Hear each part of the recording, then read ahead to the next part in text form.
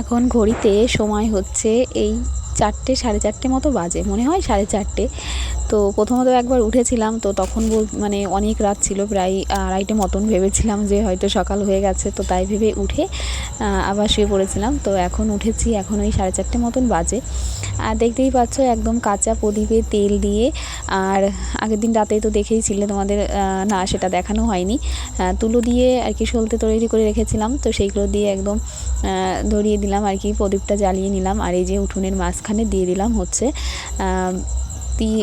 নিম পাতা, তারপরে হচ্ছে তেঁতুল, কলার হচ্ছে কচুর ডগা, তারপরে হচ্ছে তালের শাঁস, হলুদ, তো যা যা লাগে সমস্ত কিছু আমি এখানে নিয়ে চলে এসেছি। একটা ধূপকাঠিও ধরিয়ে দিয়েছি, আর সমস্ত কিছুতে সুন্দর মতন তেল, সিঁদুর সব কিছু দিয়ে নিলাম।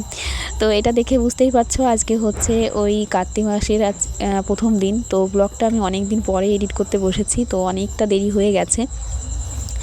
তো এই হচ্ছে ব্যাপার। তো প্রথমে তো আমি এই উঠোনের মাঝখানেই একটা প্রদীপ জ্বালিয়ে নিয়েছি, এখনও বাকি প্রদীপগুলো রয়েছে, সব জায়গায় আর কি দিয়ে দেবো। এটা হচ্ছে আজকে গার্ষির সকাল। তো জানি না এই নিয়ম কাদের কাদের আছে, আমাদের তো এখানে আছে, আর কাদের আছে অবশ্যই কমেন্ট করে জানিও। অবশ্যই অনেক দিনের আগের ভিডিও এটা হয়েও গেছে আর কি। তো যাই হোক, ভিডিওটা করা ছিল, ভাবলাম যে না এডিট করে একটু তোমাদের সঙ্গে শেয়ার করি, তো সেই কারণেই। তো যাই হোক, হ্যালো এভরিওয়ান, গুড মর্নিং। কেমন আছো তোমরা সবাই? আশা করি সবাই খুব ভালো আছো, আর আমরাও ভালো আছি। একটু এডিট করার সমস্যার জন্য আমার ভিডিওগুলো দিতে লেট হয়ে যায়, অনেকটাই লেট হয়ে যায়। এখন এই যে কালী পুজো মানে চলেই গেছে বলতে হয়, কোনো জায়গায় এখন অনুষ্ঠান চলছে, সেই কারণে আর কি কালী পুজোর যে আভাসটা শেখার এখনও রয়ে গেছে, কিন্তু কালী পুজো তো চলেই গেছে, একদিনই হয় কালী পুজো। তো দেখো এখানে আমি এবার সমস্ত প্রদীপগুলোতে তেল দিয়ে সলতে দিয়ে একদম রেডি করে নিচ্ছি, তারপরে হচ্ছে সমস্ত জায়গায় আর কি দিয়ে দেব। তো দেখো সকালবেলা আমি একদম কুলোর মধ্যে, সকালবেলা উঠেই প্রথমে নাইটি তো চেঞ্জ করে নিয়েছি, আর এদিকে মা করছিল ক্যামেরা, দেখো ক্যামেরার সামনেই আঙুলটা ধরেছে, তো সেই কারণে ফ্ল্যাশটাও দিয়ে যে আলো করে দেখা যাবে সেটাই বুঝতে পারছিল না। তো তারপরে বললাম যে তোমার আঙুলটা একটু সাইড করো, তাহলে দেখতে পাবে।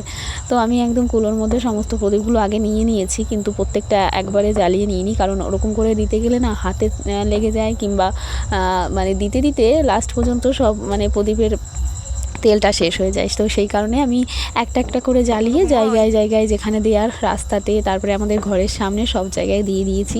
আর আশেপাশে দেখতে পাচ্ছ সমস্ত বাড়িতেই এই টাইমে একদম প্রদীপ জ্বালার জন্য সবাই উঠেও পড়েছে। এটা তো প্রতি বছর গার্ষির দিন হয়েই থাকে। অন্য বার কী হয় জানো তো, পুজোর আগেই হয়ে যায় গার্ষি, কিংবা পুজোর টাইমে টাইমে হয়। এবার পুজোটা হয়ে গেছে আগে, আর গার্ষি হচ্ছে পরে। এদিকে দেখো ভোরের আলো সবে একটু ফুটে উঠেছে, আকাশটা একটু পরিষ্কার হয়ে উঠেছে, আর নিচের দিকে একদম মানে এদিকে আর কি আমাদের উঠোনে টুটনে সমস্ত জায়গায় অন্ধকার একটা ভাব। তো এদিকে দেখো আমি ঘরের সামনে প্রদীপ দিয়ে দিয়েছি, মা ভিডিও করছিল, ক্যামেরাটা একটু নড়ে নড়ে যাচ্ছে, তোমরা একটু কষ্ট করে দেখে নিও। আর আমিও ওদিকে চলে গেলাম হচ্ছে পেছনে, হচ্ছে আমাদের ঘরের সামনে, তারপরে কলের কাছে সমস্ত জায়গায় প্রদীপগুলো দিয়ে দিতে।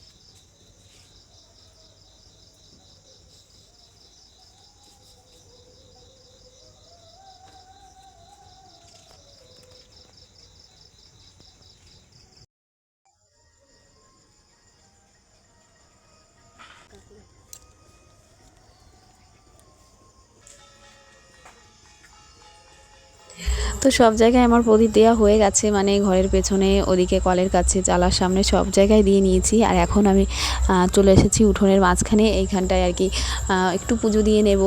দেখতেই পাচ্ছ শঙ্খ, ধূপতি, তারপরে প্রসাদ থালায় দিয়েছি, সব কিছুই নিয়ে এসেছি।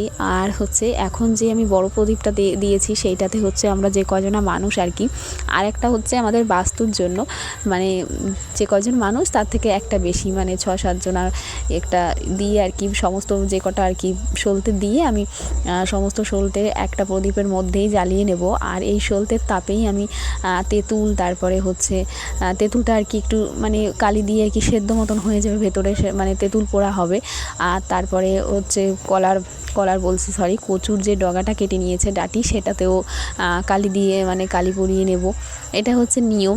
তো আমি সব কিছুর আগে আর কি ধূপকাঠিটা ধরিয়ে নিয়েছি আর বাড়ির সমস্ত জায়গায় দিয়ে দিয়েছি। আর এটার সঙ্গে আরেকটা জিনিস অবশ্যই করতে হয়, সেটা হচ্ছে কুলোতে কুলো মানে লাঠি দিয়ে করতে হয় আর কি, কুলো বাজাতে হয়, সেটা সারা বাড়ি ঘুরিয়ে নিয়ে আসতে হয় আর বলতে হয় মশা তাড়ানোর কথা। তো এটা মা করছিল আর আমি আর কি ধূপতি দিয়ে সমস্ত বাড়িটা ঘুরিয়ে নিয়ে এসেছি। আর এদিকে দেখো এখন তেঁতুল সমস্ত কিছু পুড়িয়ে নিচ্ছি।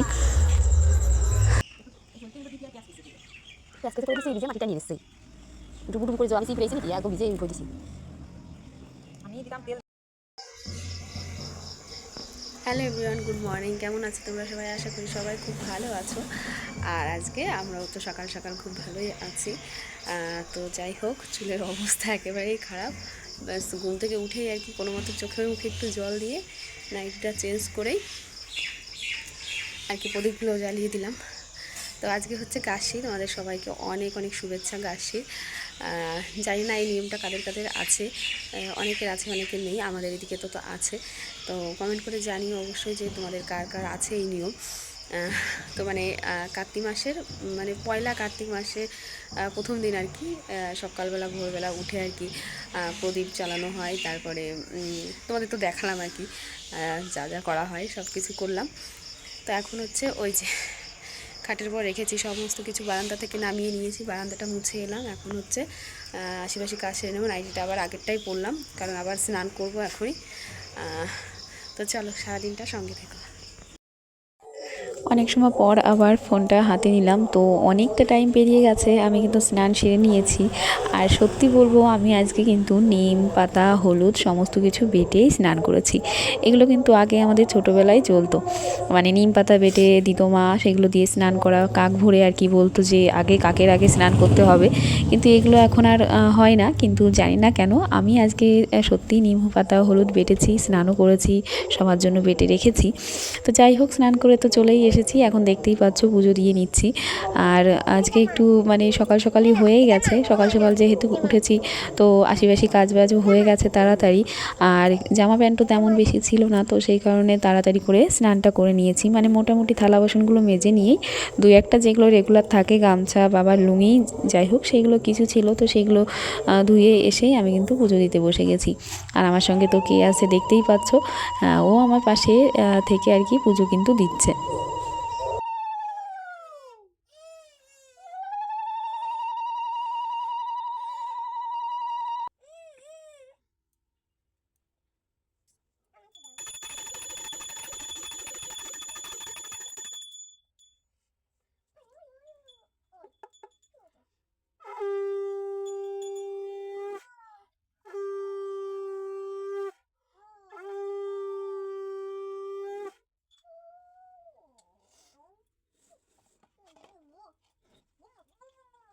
তো যাই হোক, পুজো দিয়ে নিয়েছি। আর আমার পুজো দেওয়ার পাশে বসে দেখো কত কিছু নিয়ে বসেছে, ও সমস্ত কিছুই ওর দরকার, মানে ঘন্টা, গোপালের জামা সমস্ত কিছু নিয়ে বসে আছে আর সমস্ত কিছু এখানে ওখানে ছড়িয়ে রেখেছে।